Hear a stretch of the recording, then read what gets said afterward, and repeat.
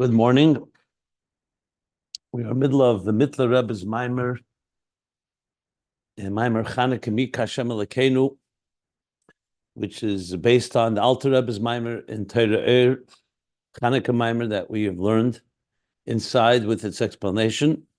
We're on page 379, and these form the basis of the and foundational source of the Hemshech Chaim Beis that we've been learning, the end primarily, and namely the pages that we've been looking at in paralleling and comparing is the beginning of the discussion of Shema Yisrael, Hashem Elokeinu Hashem Echad, Yichud, the understanding of Ma'ayin, the creation Ma'ayin Liyesh, Yesh Ma'ayin, in contrast to Yesh Miyesh, which indicates on the distance that there's nothing in common and there's no impact on the creator from the creation. It's more like Oir, which does not affect the source, does not even affect the Oir. And with the distinction, obviously, that the neshama, when it goes into the body, even though it also has an element that's not affected and is removed, yet in the neshama and the guf, because the neshama is a yesh, not like the yesh of Nevraim, but it is a creation ultimately. So it doesn't quite have that same intense, let's call it, distance, and therefore there's more impact on the neshama from the experiences of the body. Whereas with a lakus, which is also like a neshama close to all of creation, that is a more distant relationship, even though the Eibishter does create koyach hapoel benifel, where he engages with and enters into existence. But while he's entering into it, he still remains unaffected by it to some extent, because we have learned that the machat, like the needle, that the Eibishter is affected by our sins. And as he explains in Ayim Beis, the difference would be between the creation process does not affect him, but our avodah does, because he chooses it to affect, as we learned on page, especially in the bottom of page 1471. As the Rebbe Rashab explained it. But right now, we're still talking about primarily the creation process. So in the creation process, the Mittler Rebbe is explaining that even though the creation itself goes through Mamala Kalaman, which is more the divine energy that manifests within existence, more similar to the soul that enters into the body, there's a higher level, didn't call it specifically Sevav Kalaman, but the level that's beyond that. And now we've learned in the last class that there's actually three levels of interaction, we'll say, relationship between the creator and creation.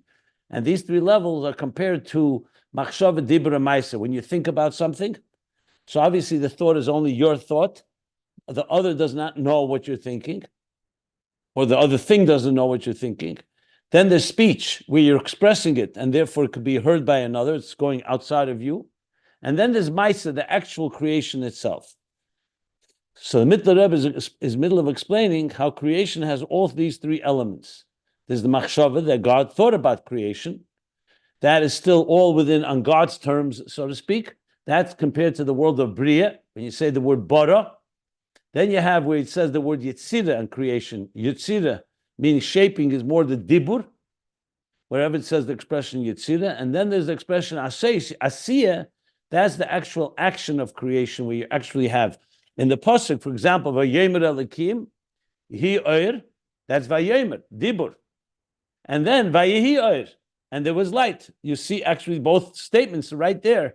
The speaking of it, saying the words oir, that's God expressing it through His words, and then vayehi oir, the actual creation of oir. So you have machshava, dibur, and ma'aseh. The machshava, of course, precedes that. That's the bara itself. Bereishis bara. Vayemer Elikim would be more like Yitzira, and Vayir would be like Asiyah. Now, in that itself, he explained, they all communicate with each other. In other words, Dibur doesn't come from nowhere. The Dibur itself comes from Machshava. First you think, then you speak. So the speaking, he didn't say these, but I'll just spell it out. He didn't say it explicitly, but I'll spell it out. So it says Machshava Sheba Machshava. There's Dibur Sheba Machshava, like we've learned elsewhere. That's the letters that the machshava is preparing to speak, but hasn't spoken yet. Then there's machshava shebedibur. When you actually speak, there's the thought within it. and there's the dibur shebedibur. And then there's the asiyah shebedibur. As the dibur is beginning to already convey, like the king commanding to do something, it's meant to be fulfilled. So there's the asiyah shebedibur, and then there's the dibur shebasiyah, meaning as the speech informs the action. And then, of course, there's the asiyah shebasiyah, the actual action. So they're not just three separate entities. They all speak to each other, and each one has the other one in it on a higher level and a lower level until they become the full process. So basically, in simple terms, when a king or a leader chooses to do something, he wants something. So first he thinks about it. He plans it in his mind. Thought. Then that thought is going to be conveyed through a command in words to his subjects, to his ministers, whoever. That thought, once he commands, though they have to go ahead and implement it. It will be implemented by his command. So you have all three things, and each of them have all three within them. Like I said, namely, he did speak about the asiyah shebedibur and the dibur shebasiyah, but we'll soon spell it out a little more in detail. So what we learned on page 378 and 379, which we learned yesterday, so I just summed up the general picture, but I want to go a few more details before we continue on. And that is, why is he speaking about these three levels? So he began with Afal Pi, that before we were speaking, that God manifests himself in creating existence. In other words, from thought, thought would make sense that there's nothing in common between God's thought, the creator's thought, and the creation. And that the creation does not affect the thought. But once it comes into words, and furthermore, into action, you can make the argument, you know what? Once God is in the mode of action, now he's engaging with it. When you act on something, when you think about something, you could say, you know what? Your thought is quite removed from the final product. But once you're speaking and more so acting, you can argue, 1 second, now you're engaging more, so there is a change, or there is some form of commonality. But at the end of the day, the bottom of page 377, the Mittler Rebbe concluded, Ein bei shinui klal, even dibur sheyetzim lechutz mekom mokum keich lekihu, ve'ein bei shinui klal leklal. So when you say Ata, va'ata machayes kulam, and as he explained, Ata is the 10 Maamores, the 10 statements, that's words. And even though it came into words, it still not have a shinui and affecting him. So now on page 378, the Mittler Rebbe doesn't really ask, but he qualifies and says, V'afal pi, that creation was not just done from thought or even just from speech. It came into action. Afal pi shebachol ma'aseh bereishis never behem k'mo inyan k'yechasi u'pu'ula gashmis, like we say, b'yei maseis Hashem. I'm reading at the top of page 378. Shebasi is unikra ma'aseh yodav mamish. That's koyach hapel benifol, that he's actually, just like an artist applies himself, he takes a brush to the canvas, just like a builder applies himself and actually builds something. So the Eber says, Koyach hapel benifol mamish, the power of the producer is invested within the production. Okay, so that would seem to suggest that he is engaging, and therefore there's some relationship that would also create a change or some effect on him. So the Rebbe says, no, inyanhu keep devade gamze emes. That's also true, that it comes to Dasiya. But that's a madreges hagimel. That's the lowest of three levels in this process of creation, because it begins with machshava, dibur, and maisa. So the first thing he says is the lowest, and then he's going to say even furthermore that even this lowest does not have an impact on him, because at the end of the day, it's divine. It's just that the divine has engaged. From our point of view, is gotten closer to us, the divine energy. But from God's point of view, he still remains apart and therefore also not impacted by it. That's essentially what's going on here. And why is this so relevant? Because the closer God gets to us on our terms, obviously the easier it is for us to relate to him. And ultimately, like he said with the Neshama and Guf, the Nefesh Alikis can then speak to the Nefesh Habamis, because they're not two different worlds. Like he said earlier, the wonder of them coming together, speaking to each other. So really what's going on here is that godliness remains immutable and in his pure, pristine form. However, through the tzimtzumim and through all the concealments, the godliness comes into our existence on our terms. He still remains removed, but it comes on our terms that we can relate to it. And once we can relate to it, we can ultimately climb and experience the godliness that's completely leishanisi, the yesh ma'ayin aspect. Because it's not pshat that God becomes yesh miyesh, God forbid, once he comes down in lower levels. It's still yesh ma'ayin. However, it's a yesh ma'ayin that's behaving like a yesh miyesh, if you wish. Why? Because the koyach hapoel is benifel. The philosophers, and what he said earlier, the early Mekubali made, but he calls it a mistake, that they associate the whole creation to yesh miyesh. What he's saying here is there is an aspect of yesh miyesh when there's the koyach hapoel benifel, but don't be confused that it remains, it's not yesh miyesh, it's really yesh ma'ayin that is in the form that God is manifesting himself in a way that he relates to existence. He could have done it like, literally like a miracle, stand completely apart and a will existence into being, with pure machshava.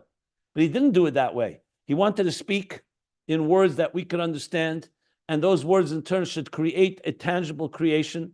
And in this tangible creation, we should actually be able to experience the divine energy within it. Like we say Rosh Hashanah, v'yeda kol pol ke'ata pa'alta, v'yeda kol yitzur she'ata yitzarta. And every creation should recognize the power of the Creator within it on its terms. And then we come to understand the deeper levels of yichud, that really it's not the divine, it's divine coming to our terms, but the divine remains something that's completely higher. And the more we experience that highness, the more bittul we have, the more we actually can come to a point where even the animal soul can appreciate and love God.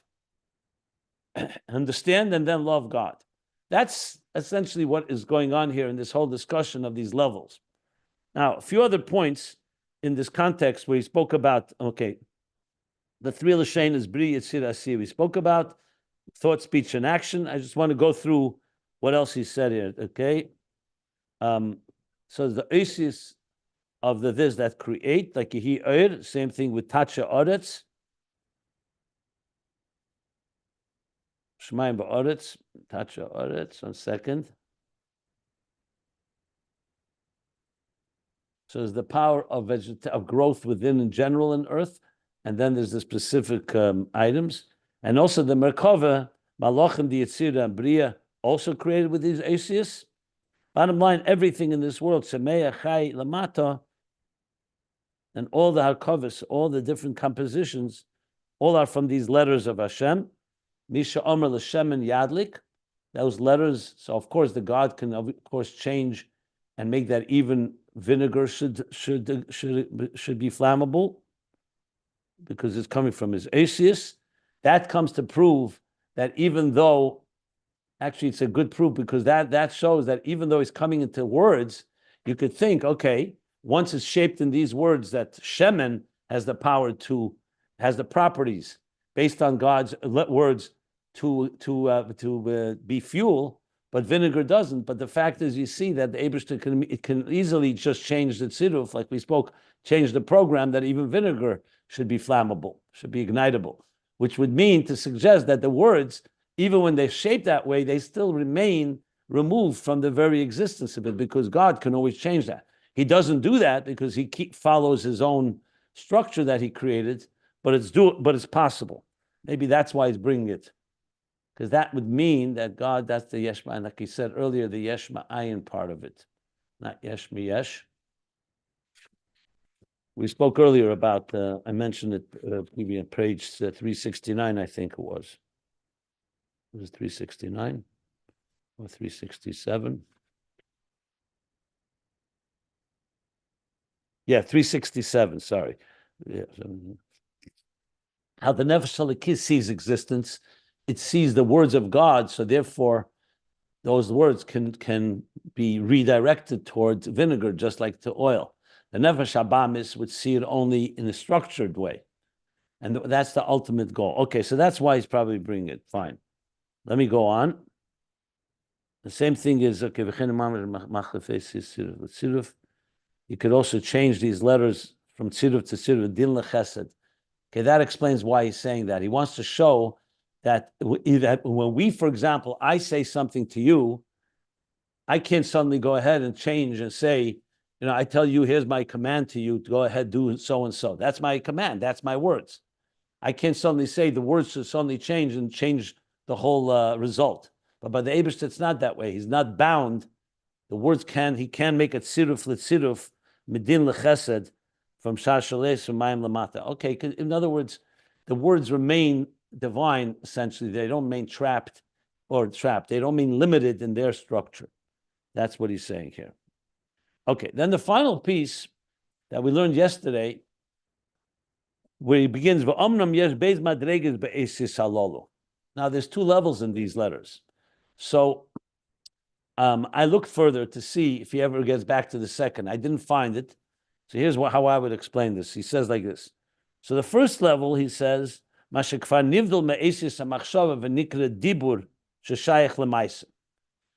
you have a level that the Asius are separating from the thought. That would be like when the king is commanding his people, his subjects, and it's already associated to what they have to go ahead and do. So based on that, what would be the other level? So I think the other level would be where the dibur is still connected to machshava. That's what makes most sense. In other words, like I explained before, there's the thought, but then there's the thought as it relates to dibur. There, it's far, far more, obviously, far more sublime and far more divine in a way. Once the dibur has taken on the shape of a dibur that is so-called nifr, when he says the expression that he uses, nivdal, me'esis ha'machshava, then it's already shaykh l'maisa. So now it's getting more defined by the action. In the context, let's say, of the vinegar and the oil, the bottom line is, right now, vinegar does not have the properties of fuel. Only oil does. That God can change it, that's a godly power. But we can't do that. Which means once the dibur takes on the shape and says, Shemen, you are becoming fuel, or a stone is a stone, and a plant is a plant, and an animal is an animal, yes, you can go back into the engine room, and God can always tamper with the program, so to speak, and tweak it, that it should have a different form. But the closer it gets to Asiyah, the more structured it becomes, and we know Hashem doesn't go ahead, he doesn't make miracles for no reason, and he himself, Hashem, binds himself to the rules of nature that he created. That's why you see, for example, when it came to parting the sea, he didn't just say the sea part. He caused the wind to blow, and the wind caused the water to rise to be like two walls. What did he need all that for? Because God respects his own program, so to speak, his own words. Since he created water and land as two separate entities, so yes, he created a miracle that the water should stand. That is a miracle. But he didn't do it in a way that completely suspends all of nature. He suspended as much as he needed to suspend, but it still remained water, and you still needed a wind and so on. Did he need it? He didn't need it, but he wanted it to be as much as possible bislapshus. My point that I'm saying here is that though from a godly point of view, all this doesn't matter. He can change the program any second. He can in ways that don't even have to make sense, but it's not the way he works. Everything works as much as possible through the oisius of the Asara Mamoris, the way he created things. Water is not land, and God didn't make water land. What he did was, he did whatever is possible to make the place where the water was, they can now walk through by the water being rising to both sides. And the same thing with other things. He couldn't destroy the world without a mabul. The Eibishter needed to send a flood. He wants to destroy the world. All he has to do is stop speaking. All he has to do is stop expressing himself, stop breathing. There's no existence. Existence has nothing of its own, but it's not the way it works. So the point being here is, so then what is the difference between machshava, dibur, and ma'aseh? The difference is how bounded, how defined it is. The higher you go into machshava, obviously there's less definition because machshava is still within himself. Once it comes into dibur, he says, the first level is the dibur is nifrad, nivdal, from the Eisis HaMachshava, and it's now Shaykh L'Maisa. And he explains how. Uka Eisis HaDibur Shemitzav Lasis, Kamoiva Yehi Eir. Yehi Eir is already not Machshava. Once God says by Yemer, Elikim Yehi Eir, he's spoken. Let there be light. Shemitzav Lasis Eir. Va'oz, and then those letters, Eisis Halolu, Yetzin V'nivdolin, L'chutz Lias Moka L'Maisa B'Pel Mamish. So now you've moved from pure thought to dibur, and that dibur toward ma'aseh shezel shenikra b'chinas asiyah she'achra yitzira shebedibur shenikra asiya shebedibur. So in other words, from the Vahi which is yitzira, comes the asiya shebedibur. Yitzira shebedibur, that's asiya shebedibur. And the base.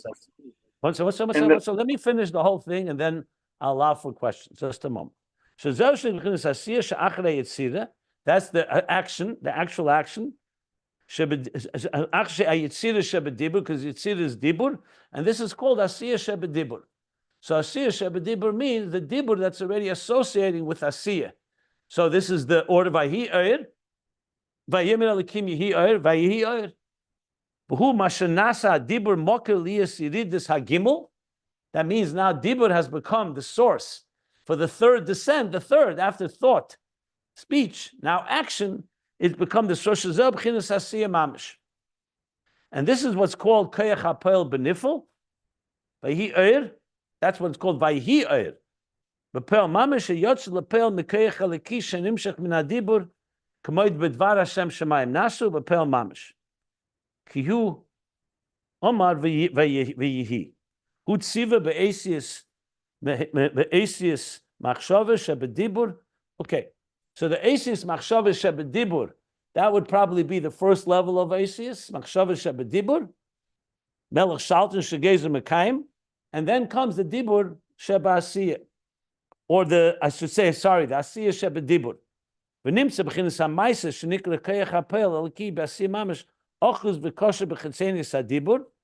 that's how we find that the Maisa, the actual action, is what? Is following and therefore is bound to, because that's a direct result of the command of the Dibur. So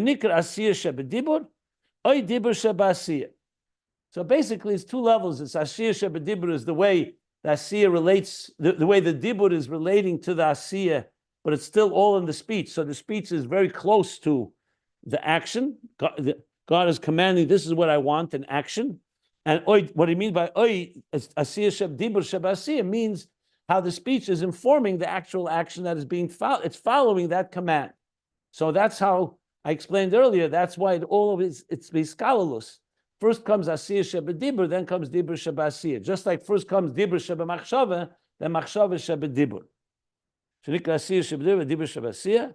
The chetzenius hadibur, the yud maimoris, ochus v'kosher be'esis hamachshava. That seems to be the second level. That the outer dimension of dibur is bound to the letters of machshava. Shenimshach be'esis hadibur min hahelam legili. So there, the same thing happens. That machshava first is thought, then there's the words within thought, there's the thought within words, and the same thing happens in the third, from dibur to asiyah. So hence you have all three, and you also understand how in each case it gets more and more palpable, more tangible, more concrete as we go downward. So even though we say koyach hapoel benifel, he said that's the third level, as he began the paragraph in the previous page. But as we're going to learn, even then, even when it comes down, it still remains leisha nisi, even though it's come into ma'isa mamish, because that's how it works with the divine. But we'll get to that when we need to get to that.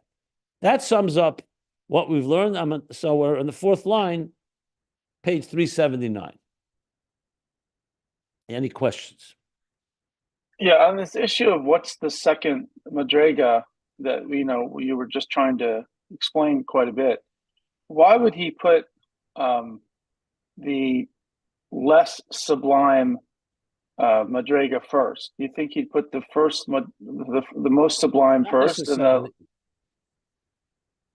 No, it can go either way. Mm-hmm. It can go either way. It depends what he's focusing on. I think the reason is because he wants to focus on Dibur and Asiya. His focus is not so much on the first one. Mm-hmm. This isn't a scientific analysis. This is a reason. Mm-hmm. He wants to talk about the lowest, because remember, the whole paragraph began with Koyach HaPoel Benifel, the third level. The real focus is the third level. I see. He's just, in discussing it, he's talking about these two. That's not the focus, in other words. And one or two other questions real quick. In general, this is jumping much higher in terminology. We say yesh ma'ayin, as if it's something from nothing. But it's not really, per se. I understand something from nothing of its kind. But it's really, the Yesha Nivra coming from the Yesha Amiti. So in a sense, I mean, just in terms of terminology, play on words, the philosopher is saying yesh miyesh, it's technically, literally true, right? Yesha Nivra mi Yesha Amiti, right? It's not true at all. Because the semantics is not the word yesh. The semantics, yesh miyesh means, like, if they take from a piece of clay, you take a smaller piece of clay. They don't mean yesh amiti. That's not at all what the meaning is. Yesh I know they. means, I know they don't mean that, but I'm saying. I mean, anyway, we learned this at length at the end of volume 2, and a number of times why it's called yesh ma'ayin. There's many explanations for it, but bottom line is yesh ma'ayin is coming to emphasize an infinite distance between the two. Yesh amiti, yesh nivra is a whole other sugya that doesn't even relate to this discussion. That's not because there's something in common between them. That's because God chose to put something into existence of his own reality. That's not because there's something in common. Yesh ma'ayin is the real expression you'll find everywhere, that existence has nothing in common with God. So that's So the fact that yesh amiti, yesh nivra is a whole other discussion that's not a contradiction to any of this. Mm-hmm. How could the Mekubalim or Rishonim say, not the Rishonim, the Mekubalim say that it's yesh mi yesh? I explained it a few classes back at length. I don't know if you were here with the Ramak, how he explains the Nivroim. I brought down the Maamorei that he's saying the Maamorei of the Alter Rebbe where he discusses it. Because they talk about the divine as it relates to existence, like similar to the Rambam, hu amada, hu yidei, hu yadua. And the Maral says that the Abish is beyond Yediyah. So the Mekubalim Arishem that he's referring to is primarily the Ramak, most likely, and that is talking about how the divine relates to existence. You have to look in the Maamorei of the Alter Rebbe, but were you here when I explained it? I don't know. Well, I gave it a few classes back. I explained it at length. I don't want to go into it again now. According to this, they also agree that that is yesh me'ayin, but we're talking in a different level. Yes, that's correct. That's why they're not philosophers. It's just there's something in common between the Mekubalim Hashem are talking about the lower level, and the philosophers don't talk about yesh ma'ayin altogether. But that's the right way to put it, yes. Because obviously the Mekubalim are a true Mekubalim. I'm not going to say that everyone agrees, Bereishis bara, yesh ma'ayin. That's not a question. The question is, in the process of creation, the relationship, the way God is creating, they speak about the yesh mi yesh more. I spoke about it. Go back a few classes, but that's the point of it. Anyway, regarding all of this, bottom line is yesh ma'ayin is the classic expression throughout all Sfarim. The idea of yesh amit, yesh nivra is a chiddush from Chassidus, namely from the Alter Rebbe in the Geras HaKodesh, and it's a whole other discussion. And it's not a stira to yesh ma'ayin at all, because yesh ma'ayin does not mean ayin means nothing. Ayin means that it's infinitely distant from us. That's what ayin means. Whereas yesh mi yesh means there's something in common between them. I wonder, I have a question. Everything human beings do, like we spoke about science, everything human beings do is yesh mi yesh. What God does is yesh ma'ayin. That's the whole point. Why God is God, and we are not God. Yes, of course. I understand the concepts. I was just commenting on the terminology. But I have a question about a mushal. So assume you have like a ripple from the center of a humongous pond, still water. There's a disruption in the center. It causes, let's say not an infinite, but countless numbers of concentric circles of waves, ripples. Okay. And so finally, ultimately, the first one, if you will, that ripples all the way through the water to the shore, touches the shore. But the shore doesn't touch the source of the ripple. So, that seems like a good mushal for, the impact of this descended elokus and into material reality, yet there's no impact on the source. Does that mushal work? No, it doesn't resonate with me per se, and since Chassidus doesn't bring it, I wouldn't use it. If it works for you, as I said many times, whatever works for a person's ability to understand something. I don't I don't relate to it really, because the God created also the shore. He didn't just create the ripple. God created the shore itself, the earth. What about that engagement? Mm.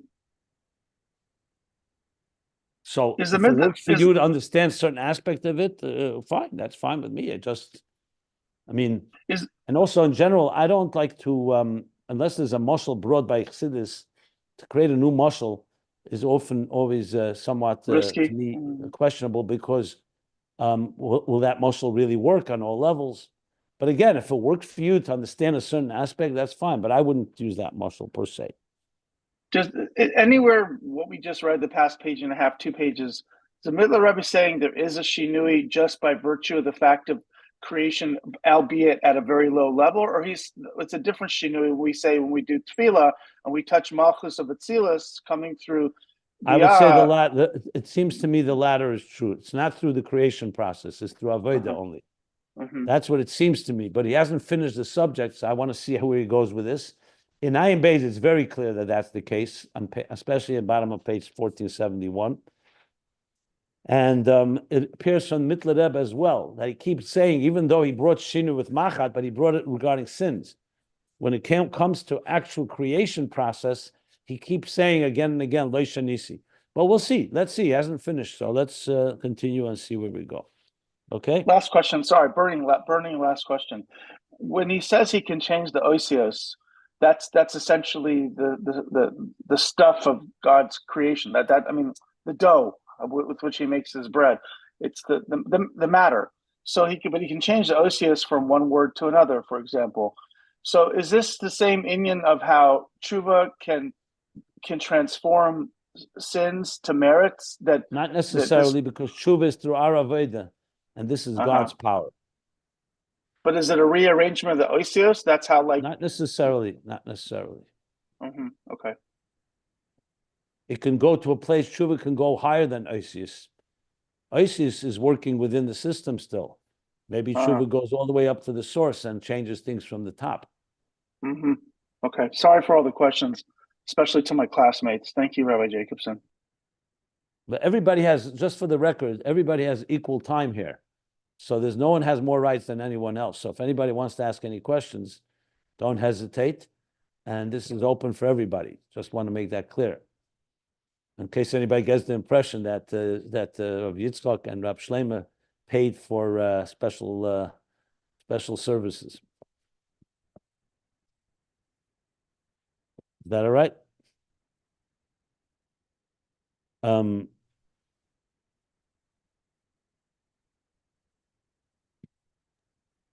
We just exploit the right more than others. That's fine. That's fine. But I just wanted to make sure everybody feels comfortable. If they want to ask anything, by all means. I do notice that someone is writing questions to the My Life Chassidus Applied that are connect to our learning. So I'm sure, I don't know who it is, but maybe it's one of you trying to use that outlet. And just for the record, most of them I did not answer in my Sunday program. First of all, because I speak about it in the classes here. Secondly, I have to prioritize what's the most important question to address, especially now with the war. Just for the record, if someone wants to know why I'm not addressing them Sunday night. But once in a while, I will address it, especially if it comes something very timely. So it's not that I ignore them, it's just a matter of a lot of questions come in, so I have to just prioritize. Okay. 379, line 4. We go now into a parenthesis, which again has no end, but I'll tell you where the end is. I know where it is. It's not a long parenthesis. But you could see here, just before we continue, from the way I just explained the Mittler Rebbe, this is a perfect example with the Mittler Rebbe's flow of consciousness. I would call it, using his own language here, to me, reading the Mittler Rebbe is somewhat like Dibur Shebe Machshava a little, or Machshava Shebe Dibur. It's not so much Dibur Shebe Maisa, meaning there's a lot of thought. The thought of the Mittler Rebbe is very clearly, very prominent, because it's so abstract and so not spells out. Like, you have to put a lot of words in to fill in this empty, like the blank, so to speak. to really understand the context. The Rebbe Rashab, on the other hand, is very much Dibur, and Dibur Shebasiya is very clearly spelled out every detail. So you could figure it out with the Mittler Rebbe, but it takes a lot more time because it's very much close to his own, you could say like close to the mouth of the well. You could see the flow, at least the way I learn it, I see like the flow coming out and I have to like really work hard of connecting it to what level exactly is he talking about. And you see this again and again as he pours on more and more. Even this whole last piece where he started with the Alpha P of Maamorei Bereishis says Koyach Hasiyah. Now, if you read it properly, the page before, he talked about the letters of the Asar Mamoras that are Yetza, but he didn't explain that Yetza v'Nivdal until the next page. So you see, it's like almost like a speaker who's so excited about his ideas that he already tells you what he's going to be saying, and then you don't yet know what he's going to be saying, and then he starts catching up and start explaining, what did I just mean? In other words, he'll say something where he really wants to elaborate. Instead of saying, okay, now let's start another subject, and let me give you an introduction, he'll give you a taste of what's coming, and then he'll start explaining what's coming.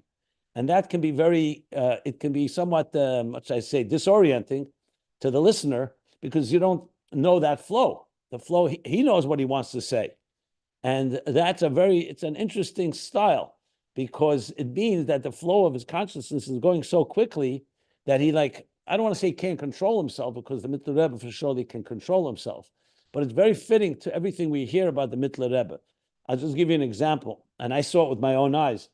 The Mittler Rebbe would write Siddur. I mentioned yesterday that the Tzemach Tzedek said about him that if you cut his hand, blood wouldn't flow, Siddur would flow. Another story is told that when the Mittler Rebbe would write Siddur, he wrote so quickly that he wrote what's called, they all used a quill and ink. They didn't use pens or pencils, except in some cases. Mostly it was quill and ink, which was the way of writing. And you could see it in the manuscripts, which I have studied at length.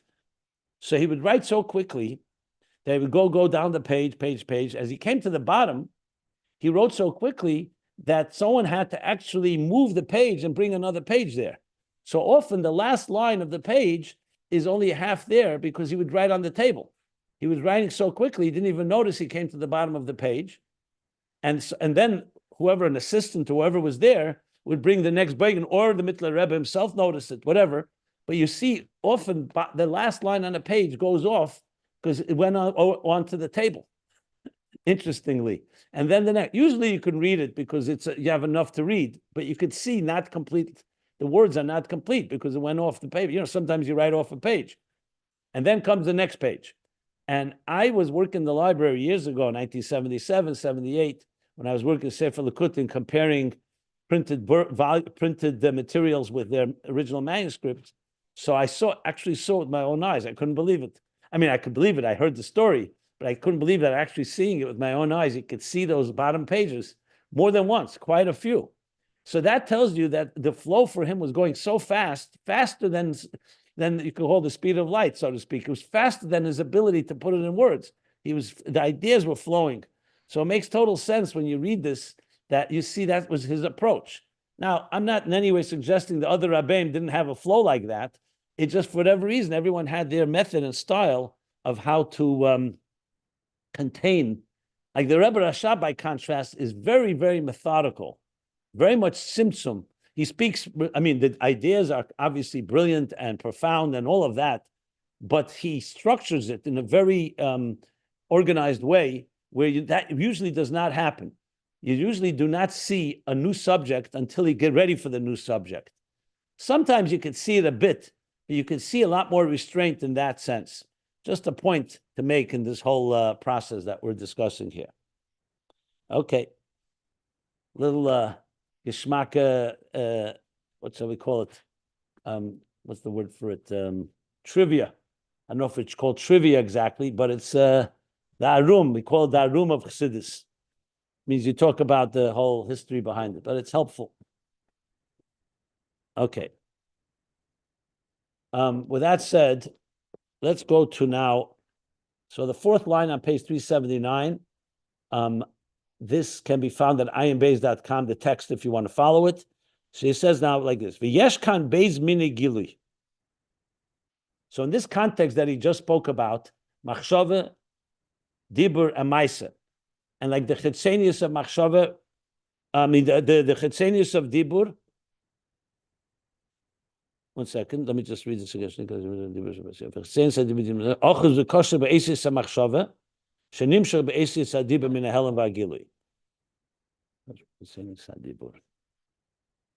So firstly, I was thinking whether chitzenius hadibur is the right word. Did he mean to write primus hadibur? Because before he said that asiya ochuz v'kosher b'chitzenius hadibur.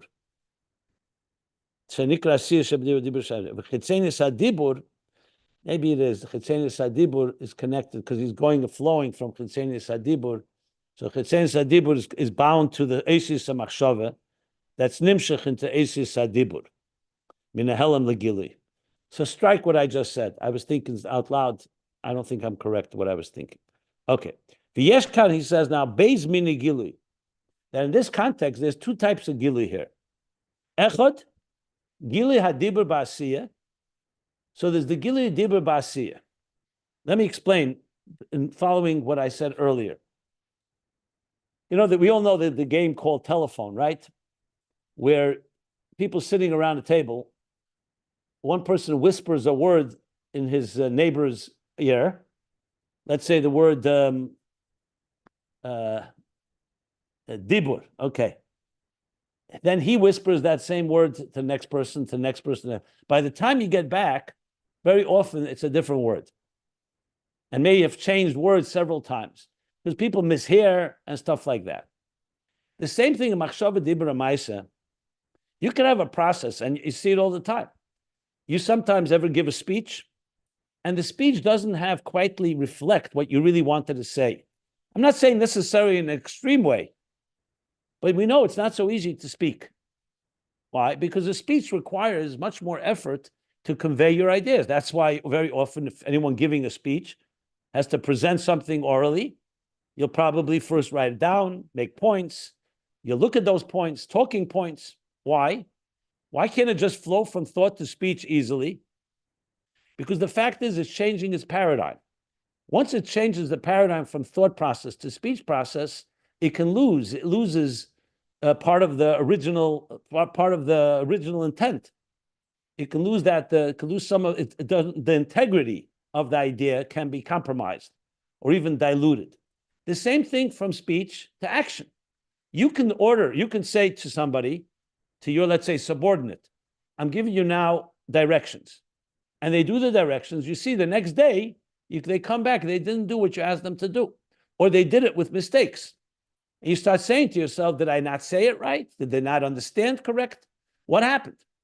Why doesn't it just flow? Because again, from dibur to mais is another paradigm shift, relatively speaking. And that's why from thought all the way to action, to make sure that the final action is aligned with the speech, which is aligned with the thought, is not always that simple. That's why very often you have to go back and check the work and make sure the assembly line was not missing any no broken links, so to speak, in the conveying of the instructions, or in the way from the thought to the speech. Because often you go back and say, you know what, it wasn't just what I said, I didn't accurately convey what I wanted to say. I didn't really think it through. How often does it happen that your final product, you go back and say, you know what, I really missed something. You know, they say, contractors say, people who build homes, that the two biggest reasons why the costs go up when you build a house is, number one, is because the biggest reason is because people didn't think through what they want. So, for example, you wanted to have, let's say, 2 doors in a certain room. And then when it's finally built, you say, no, I really wanted 3 doors. But you didn't say that in the beginning. You didn't think that. You didn't think it through. That's why it's so critical to have a blueprint and have it all thought through properly. My point is, obviously, with God, these issues don't happen because God does think it through and everything is very much aligned. But on a human level, it's very possible that all these things happen all the time. So this understanding of what we're learning now, even though this is very much in the category of Chassidus applied, but it's also very relevant to understanding what he's going to say here. So he's basically saying there's a gili hadibur ba'asiyah. You want to make sure that the action is aligned with the dibur. That's why very often when you hear someone take instructions, they'll go back to you and say, can you just repeat that again? Tell me again exactly what you said. Why do you want to do that? Because you want to make sure that the Asiya is not disconnected from the Dibur. So you need a Gilui of the Dibur Ba'asiyah. That's why, for example, you'll also see, talking about instructions, you'll sometimes see that, say, the king or the leader gave instructions to the head of the team, not to the entire team, to the head of the team.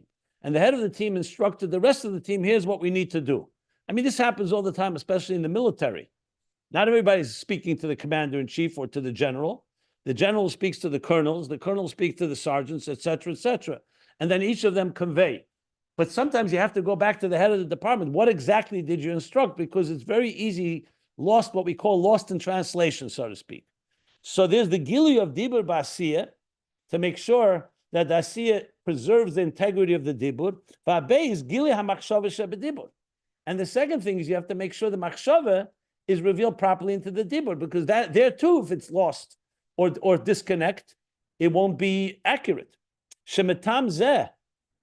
And for this reason, Omar B'Zayar, it says in the Zayar, B'kama Duchte, in several different essays, several different statements, several different, I guess, discourses. In Zayar, it speaks about the Asfin is Galifu, that the letters were engraved.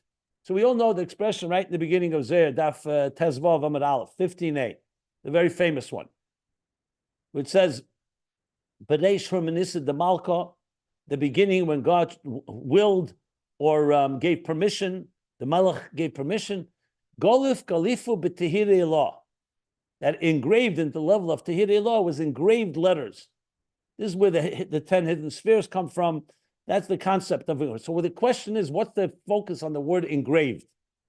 Why not written? You could say kosav, galiv galifu, kosav kosav, kosav ksiv. He's good. So he says galifu zeh hainu chkikas ha'esis the dibur kishabol lemaisa. The zeh is emphasizing that it means chkika, engraving letters of the speech as it comes into action. In other words, it's engraved because it wants to preserve and make sure that it's accurate. If it's only written, so to speak, or conveyed only in speech, you're not so sure that it's going to be exactly that way. When you engrave it, if you can engrave, let's say, to put it in more poetic terms, if you engrave your instructions in your words, you're engraving it into the mind and into of the person who's going to implement the action, you can be assured that the Dibur and Maisa are going to be aligned. That's what I believe he's saying here. The Chen Pirish is Galifu. It's also another explanation of the word is Galifu. Mashehin Atzmon nitaknu b'tzir b'gilui mehelam de machshava liyas nikra esis shenivru behen.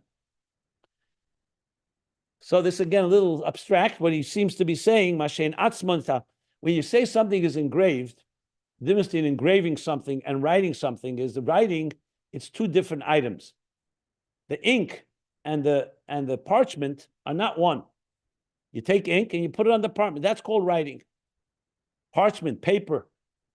So yes, it may not be easy to separate, but just like they were initially not one entity, you could technically erase to some extent. When it comes to engraving, if you engrave a letter in stone, you're not taking some other outside object, alien or foreign object, and putting it on the stone. You're not superimposing ink. You're engraving it from the very matter of the stone, the engraved letter. So it's like far more united. The letter is then one with the actual object in which it was engraved. So he's saying that when you say that this itself, the thought, now he's speaking about thought. I guess the first one he's talking more about, the first explanation is the dibur into maisa, engraving the letters of speech into action. And now he seems to be saying that he's talking about the thought, that the thought itself, Shehein Atzman, Netakn B'Tzir B'Gilui, came into the very shape. The words themselves are shaped from the very matter of the thought. So the Eisius Yehi Oyer, for example, V'yemer Elikim Yehi Oyer, that Oyer is like engraved, or I should say the thought to create the Oyer is engraved within the very letters themselves. or the letters are engraved in the machshava. It's not so clear to me. Shehein atzman netaknu b'tzir b'gili mehelm the machshava. Yeah, it sounds like that the letters are engraved in the very helm of the machshava. So so these letters are not detached. They're not like a separate entity. So you have here these two levels. So what basically saying two things here. First of all, there's two levels of gilui. One is from dibur into maisa, and one is machshava to dibur. Make sure that gilui is proper. And the second point is why the Zohar then uses the word is galifu, engraved, because that assures that the connection between dibur and maisa and the connection between machshava and dibur is a complete seamless one, essentially. I think the parentheses ends after this chulu. That's where I would end the parentheses, because the next he goes back to the three things of machshava, dibur, and maisa. So the parentheses should most likely go here after behen. Shenivra behen chulu. Okay, so let me stop here. If there are any questions, I think this is a very interesting piece to understand how, again, the Rebbe, Mittler Rebbe, you see, it's so condensed, but when you develop it, it's a very reich, very rich concept. And it comes further to explain that whole process of machshava, dibur, and maisa that we've been talking about. And this only confirms that the two levels of Asius are what I said before. The Asius of dibur and machshava as they relate, and from dibur to maisa. When he said the two, yes, beis madregas be'asius halolu. I would have to say that's what he means. And when you see the Zohar, it all comes together a lot stronger. Okay. Any questions?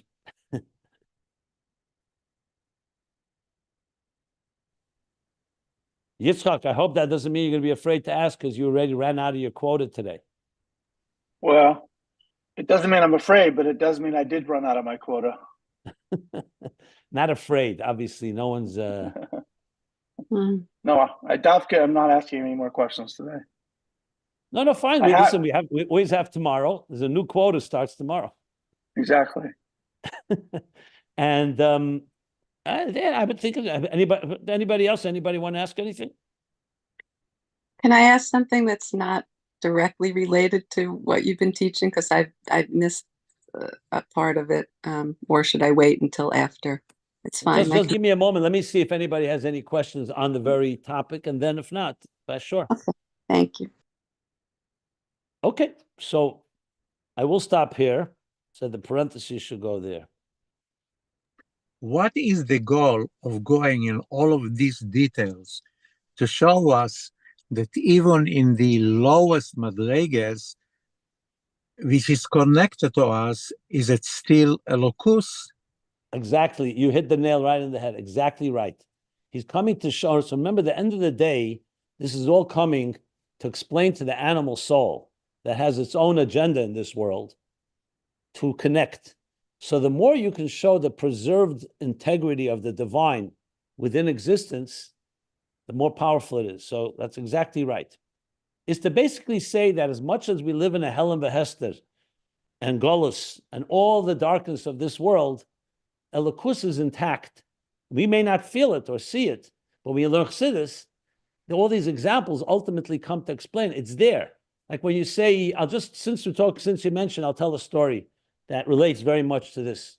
There was the Frierdiker Rebbe sent someone, or I don't know if he sent someone, somebody was in Chicago, there was a Siyum Sefer Torah there.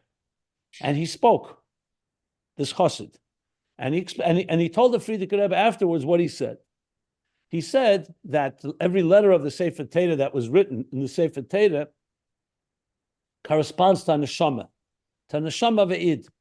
There's shishim ribi neshamas, 600,000 souls, general souls, and there's 600,000 letters. Yesh shishim ribi esis l'teiras Rosh Tevis Yisrael. And it's explained in Likutei Torah, but say what that means because they're not actually 600,000, so it's esis hamachshava. Anyway, I'm not going into the details. And the lesson for the Sefer Torah is that every Jew is connected to Torah, to God, like the letters that are written on the scroll, on the parchment of a Sefer Torah.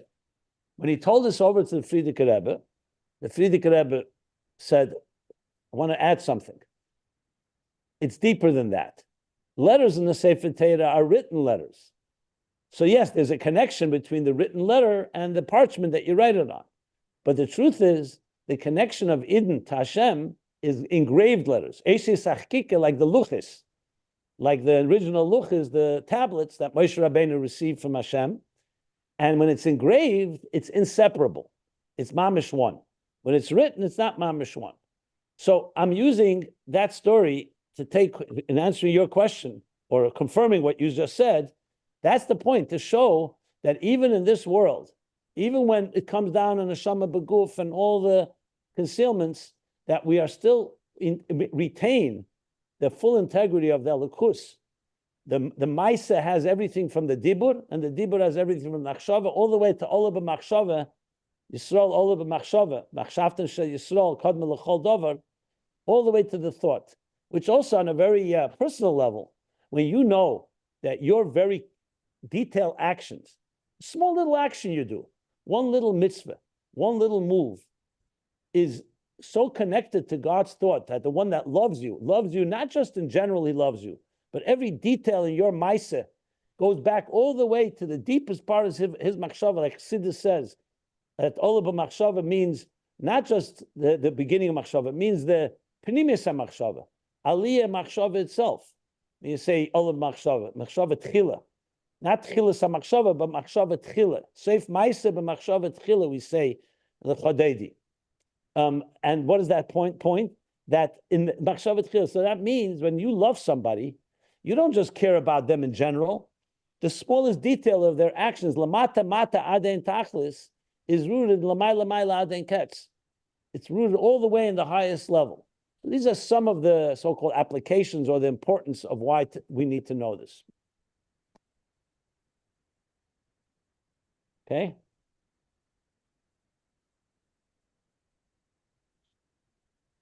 Thank you. My question is a little bit related to that. So go ahead, please. So what I wanted to ask is, why doesn't it say engrave these words upon your heart instead of write these words upon your heart? Every place has its own meaning. There are places where, we also don't engrave tablets in a Sefer Torah, we write it. It has the same question. There is that has a role as well. I mean, you want me to? It's a different discussion altogether. But asking what. That's because at the end of the day, you do want to also have things on a level that there are two separate entities. Mm-hmm. We want to bring the level of engraving into the level of writing, so to speak. So you need to have both.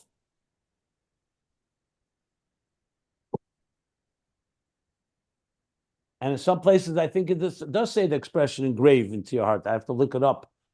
But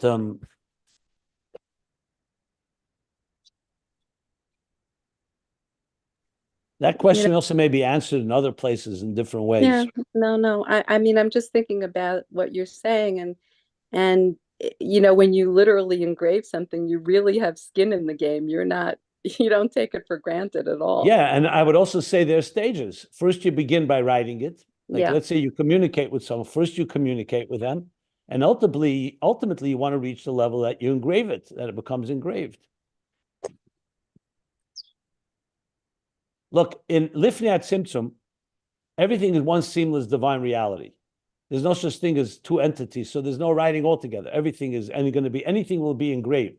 But even engraved, remember, Chassidus explains there's two levels of engraving too. There's engraving letters in stone, but it's not through and through. Then the luchis were actually through and through. You can engrave letters that go all the way through so you see them from both sides. That is considered to be even a deeper level of engraving. But regardless, engraving already means something else is being done. The question is, how connected is it with the original? Writing means there's actually like after the tzimtzum. So the spheres before the tzimtzum are compared to engraved letters. The spheres and atzilus are compared to written letters. You want that because you want to give substance to the existence. If it remains engraved, then it's going to be so powerfully divine. You want to have a separate entity. Then you want to travel your way back to an engraved state. So it's like a teacher and a student. You want first the student to be a separate entity, and you convey to them an idea. Then you want them to climb the ladder and ultimately reach a level of an engraved idea. Another way of putting what I was saying before. Thank you, Rabbi. So that was your question? That was my question. But, okay, fine. Because I really didn't, I just came in late and I didn't hear a lot of, what the teaching was today, but. Okay, that's fine, Thank you. fine. Okay, so we stop here, end of the parentheses, one